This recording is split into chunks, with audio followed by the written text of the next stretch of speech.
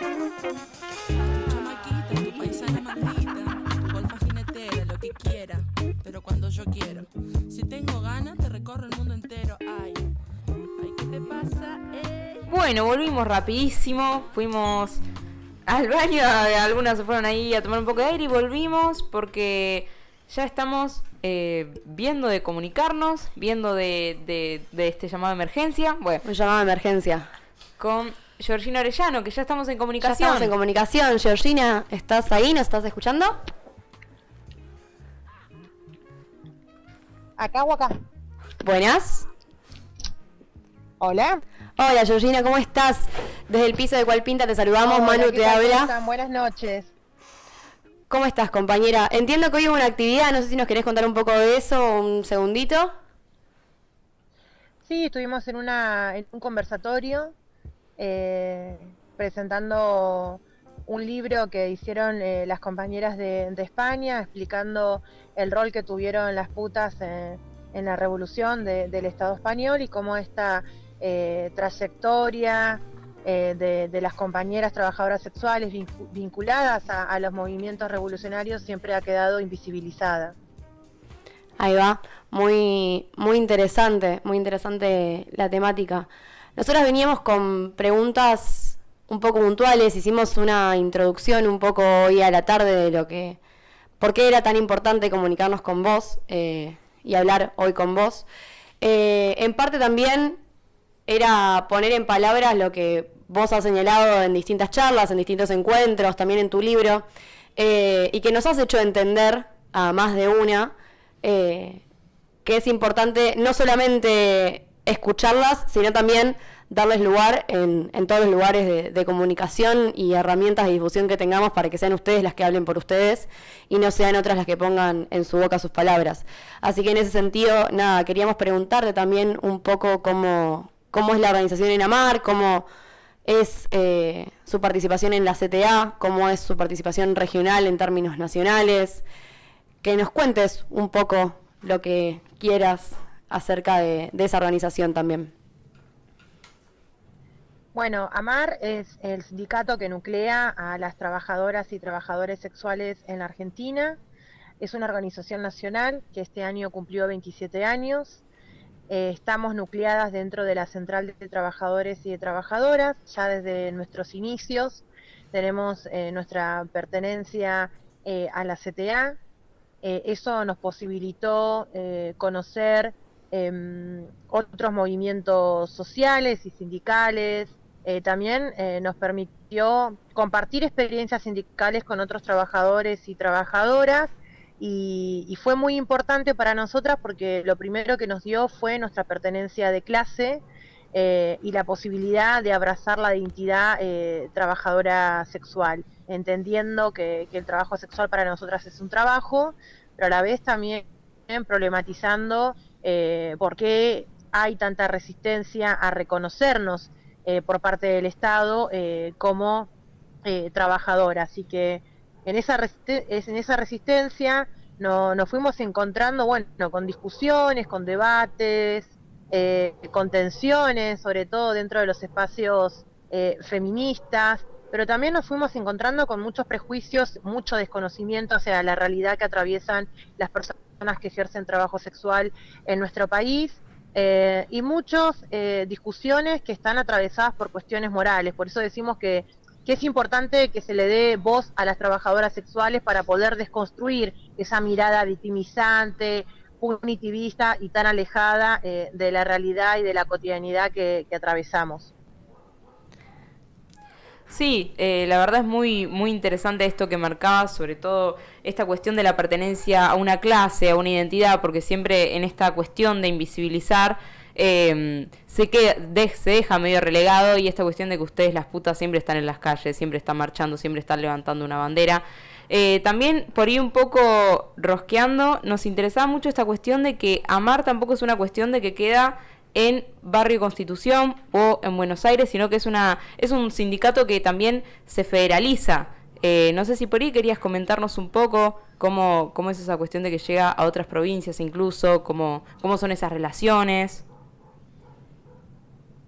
Sí, la organización Es una organización que tiene trabajo territorial en 12 provincias. Nuestra vinculación con las trabajadoras sexuales de provincias como Formosa, San Luis, San Juan, Santiago del Estero, Entre Ríos, Santa Fe, Jujuy, se posibilitó pensándonos primero como un sindicato, pensando también en tener un alcance nacional, entendiendo que vivimos en un país que es federal y que la realidad por ahí de las trabajadoras y trabajadores sexuales en la Ciudad Autónoma de Buenos Aires no es la misma que pueden atravesar las compañeras en la provincia de Salta o en la provincia de Jujuy, y también posibilitó nuestra vinculación con la CTA.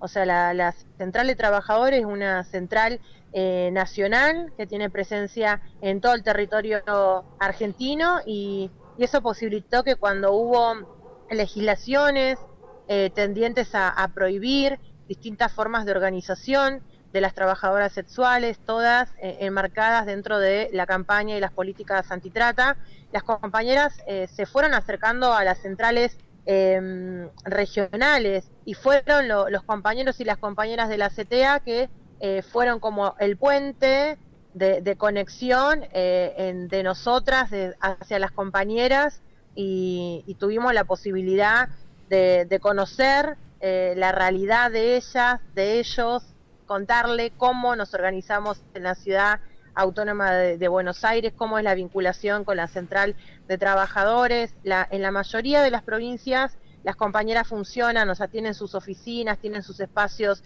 físicos donde hacen asambleas, donde asisten a las compañeras con alimentos, donde hacen talleres de prevención, pero también de formación política, dentro de las sedes de la CTA provincial. Por eso para nosotras es muy importante estar dentro de una central de trabajadores y de trabajadoras. Hola Georgina, ¿cómo estás? Elena de este lado. Yo te quería preguntar un poco, estuve escuchando tu entrevista en el método Rigor, el impacto, ¿no? Vos hacés mucho hincapié en la organización, aparte el papel de AMAR, digo, como sindicato, articulando con la CTA y el Estado, digo, el impacto, que vos lo mencionás ahí en la entrevista, para las compañeras, les compañeres, mejor dicho, que tienen la posibilidad de votar, ¿no?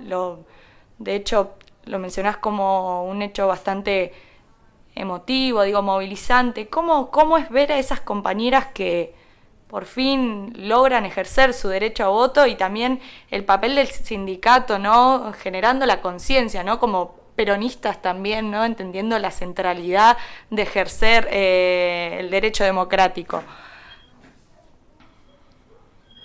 Sí, primero nosotras nos costó un poco entender para qué servía la herramienta sindical. Venimos y fuimos nacidas en contextos donde nos educaron social y culturalmente que era una pérdida de tiempo ir a un sindicato, donde la herramienta sindical y sobre todo los dirigentes sindicales fueron muy estigmatizados y perseguidos. Nosotras llegamos a la CTA con todos esos estigmas, pero una de las cosas que nos despertó una conciencia social fue que en el único lugar donde a nosotras nos llamaban compañeras era en la CTA. Después de ahí salíamos afuera y teníamos que lidiar con el estigma, con la discriminación, con la mirada social, con el control social por parte de la policía, con las denuncias por parte de los vecinos, que cuando nos veían en sus esquinas llamaban a 911 y estábamos ahí enfrentándonos en procedimientos y racias policiales. Entonces, entender a la herramienta sindical como nuestra herramienta transformadora, como la herramienta de lucha, también hizo posible que ese despertar social sea la posibilidad de tener delegadas, ¿no? de compañeras que lleven la voz, lleven el reclamo de las bases, ni hablar cuando supimos que teníamos la posibilidad de votar a quienes nos deberían representar ante el Estado, ante la sociedad, ante los espacios feministas. Y después ahí, por lo menos en la experiencia que nosotras transitamos en votar delegadas en el barrio donde yo trabajo, que es Villa del Parque, uno de los despertares sociales fue ver que hubo compañeras migrantes que no sabían lo que era un cuarto oscuro, que no sabían que se podía votar a sus delegadas, a sus referentes, porque ni siquiera habían tenido la posibilidad de votar a sus representantes, a sus presidentes, y eso para nosotras, eso fue, me parece que algo que nos interpeló, ¿no? Es decir, bueno, estas compañeras acá tienen una posibilidad que en sus países no tuvieron, acá están en igualdad de condiciones con nosotras estamos en igualdad de condiciones con otros trabajadores y trabajadoras que democráticamente eligen a sus dirigentes, y eso para nosotras es muy importante que haya también el recambio en liderazgos, construir entre todas nuestro estatuto sindical, construir entre todas y entre todes también la carta de principios, quiénes pueden pertenecer al sindicato, los reglamentos internos que tenemos para resolver conflictos, cómo resolvemos esos conflictos, y eso, bueno, todo eso no fue todo un proceso colectivo, pero bueno, fue maravilloso pensarse dentro de un colectivo, no de manera aislada, y construir todo este tipo de herramientas que marcan nuestro horizonte, ¿no? Hacia dónde queremos ir. Ahí va, me parece por un lado admirable no solamente la construcción dentro de la CTA que van llevando con las compañeras, sino también todas las redes de contención que van construyendo ante la carencia de un Estado presente, ¿no? Que las va también exponiendo a distintas situaciones, si se quiere, de vulnerabilidad a la hora de desarrollar sus trabajos. Y ahí mi pregunta es, ¿cómo fue atravesar la pandemia para las trabajadoras sexuales? ¿Cómo vivieron, cómo se organizaron, cómo pudieron mantener esa parada ahí donde su trabajo mayoritariamente se encuentra o se desarrolla también en el encuentro con el otro, ya sea en las calles o mediante otros medios?